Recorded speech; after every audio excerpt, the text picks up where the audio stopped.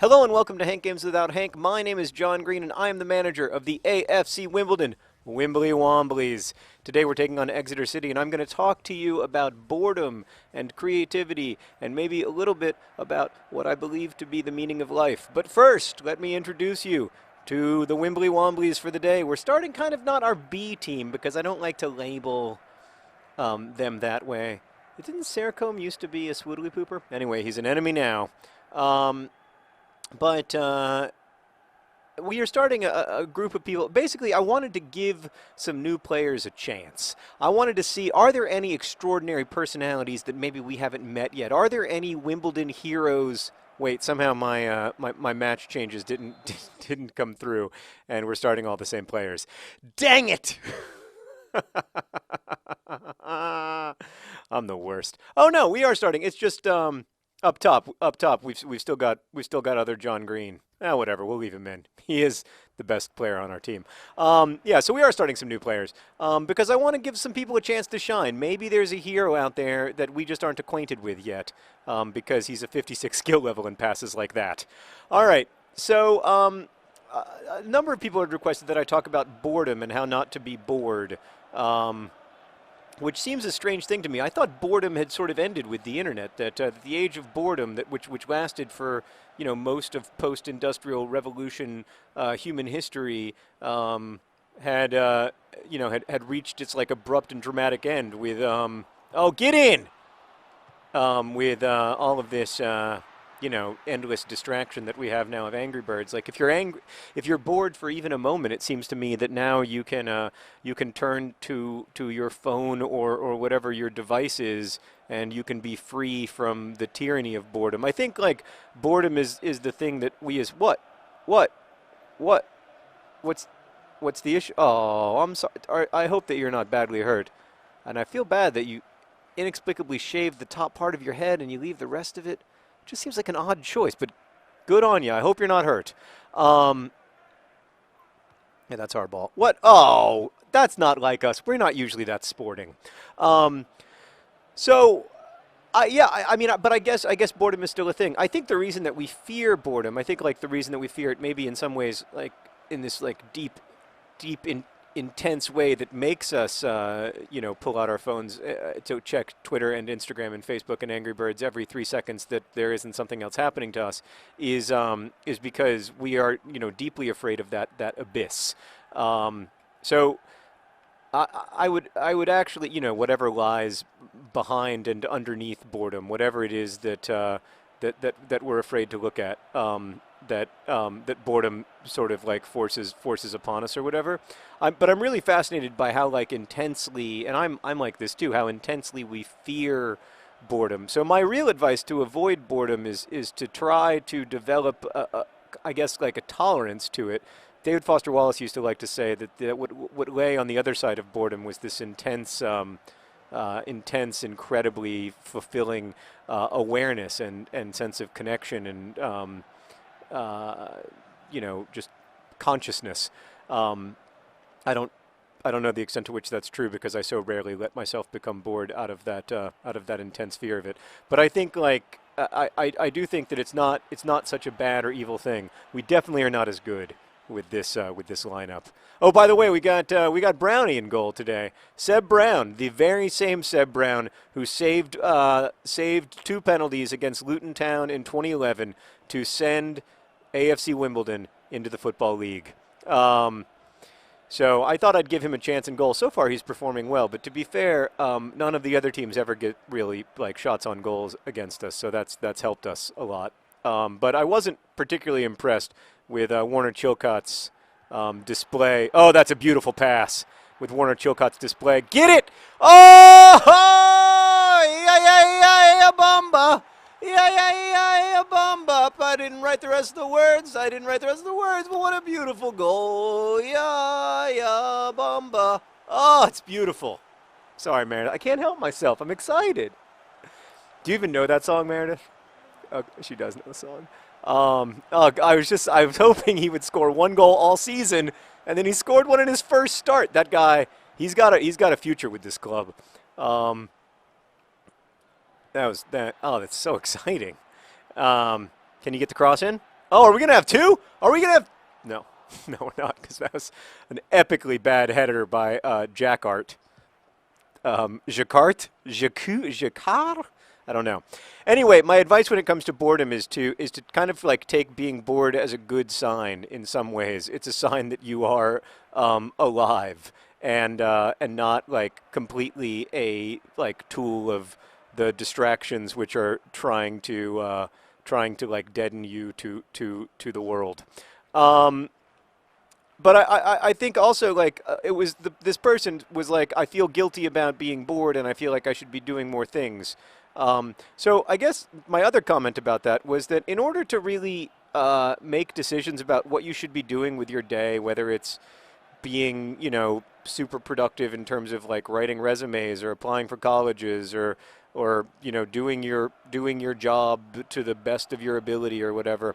I mean, you have to decide what the point of life is, or what you think the point of life is, and then once you've decided that, I think a lot of that stuff sort of flows naturally from that awareness. Like a lot of it flows naturally from your decision about what you want your life to be. So if you want your life to be, because there's, uh, you know, I don't know. It doesn't to me it doesn't really matter if the meaning of life is constructed or derived. Like it doesn't matter if you're trying to understand what God wants from you, or you're trying to like construct meaning with a belief that there is no sort of like greater organizing principle of what meaning what meaning should be.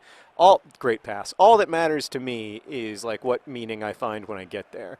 And so you have to find like what is it that really makes you feel alive and excited, and then is that something that's going to, in your opinion, make the world a better, more interesting place for you to live and for other people to live?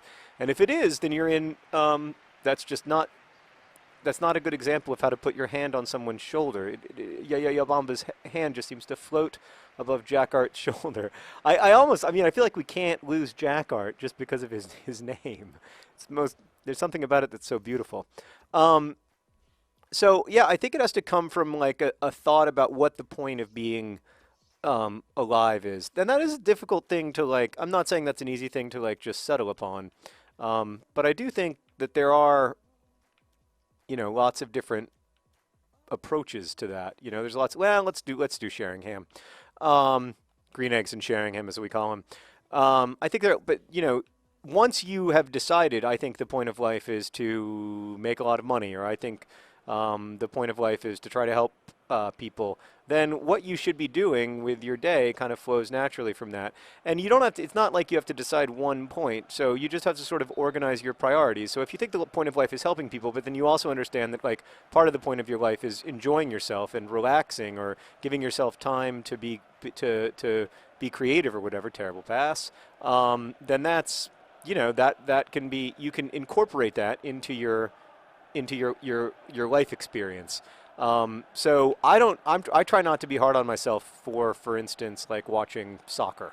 I think like that's, yes, that time that I'm watching soccer would be better spent on some level making videos or doing or volunteering or being at a soup kitchen or something. But I also understand that like I need to do that, to do this stuff, to like do the stuff that relaxes me and makes me feel good and allows me to kind of get my energy back in order to do the other stuff that I like doing and that I hope is worthwhile work. So I don't think you should be hard on yourself for being like human, or for having, get in, for having your first world problems, because they're still real just because they're first world problems.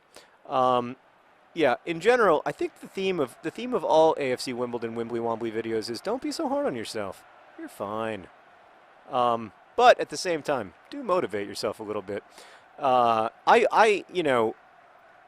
struggled for a long time with self motivation, and sometimes I still do, and I often feel like I'm not as productive as I should be, and I feel like guilty about my lack of productivity. But then if generally I find that if you look back and say, well, what have I actually done in the last 3 months, you'll find that you did a lot, and maybe it wasn't stuff that you got paid for, it wasn't stuff that tons of people saw, but you still you participated in stuff that mattered to you. You helped take care of your family. You worked. You did homework. Whatever it is, and so the question just for me just becomes like, well, how can I do more of that stuff when it's the stuff that I need or want to do? How can I motivate myself to do more of it? And then how can I be like less hard on myself about the other stuff? Oh, speaking of being hard on yourself, you've got to get that on frame, sir. I think I was offside anyway, but that's a. Meredith, I don't want to criticize the AFC Wimbledon Wimbly Wombly second team, but they don't have the kind of vision and offside awareness that I've come to expect from the teammates in life and in love, John Green and John Green. By the way, Matt Smith, former and future Time Lord, is starting for AFC Wimbledon, and I was really hoping that he was going to score, but it looks like the only goal may come from Yabamba, which admittedly is still a victory because what a great moment that was in Wimbly Wombly history. We're early, in the history of this team, but you've got to be proud of where we've come so far, although we did, of course, lose to Tottenham, but we have not lost a game in the league, which is pretty amazing. Come on, get it up. Pass, yes to that guy. And then you get it on. Oh, why can't you get the ball on frame? That was a great opportunity. So you just pass it. That guy. He's in the box one time. First touch. Whoa. Look at Ryan Gosling's haircut. That is a disaster. Wow. Yikes. No wonder they substituted him out. I don't blame them. I don't want to see that guy on the pitch. Yeah, so I guess that's my response to boredom. I don't have but I certainly don't have that figured out. And I wish that I spent less time on my devices trying to be, trying to be entertained or distracted from whatever deep abyss so terrifies me that I am unwilling to even glance at it. Because that is like one of the hallmarks, the bad hallmarks of the internet age. I think there are a lot of good things. I love the way that the internet has connected us and made us into communities and made it possible for us to, Americans to watch AFC Wimbledon games and, all of that stuff that would have been impossible 10 years ago. But at the same time, there is some non-ideal stuff as well. Keep that ball in bounds, sir. Good job. Good job, Mr. Smith. Oh, it was Matt Smith. Come on. Get that ball. Get it to Mr. Smith. No. Oh, we just are not very good. It's hard to complete passes. There's just a number of frustrations. But can we get the ball through there? Kind of. Get in. Oh. We've got a chance in the 90th minute. I like that we're still attacking in the 90th minute even though we're up 1-0. That shows me the Wimbledon spirit off the post, and then the goalie almost lets it go in off his back. It would have been my favorite kind of goal, an own goal. But instead, I am hiding inside the net and then magically walking through it to another Wimbledon victory. Sorry, Exeter City. Life is hard and full of disappointments. Thank you for watching. Don't be afraid of being bored. Best wishes.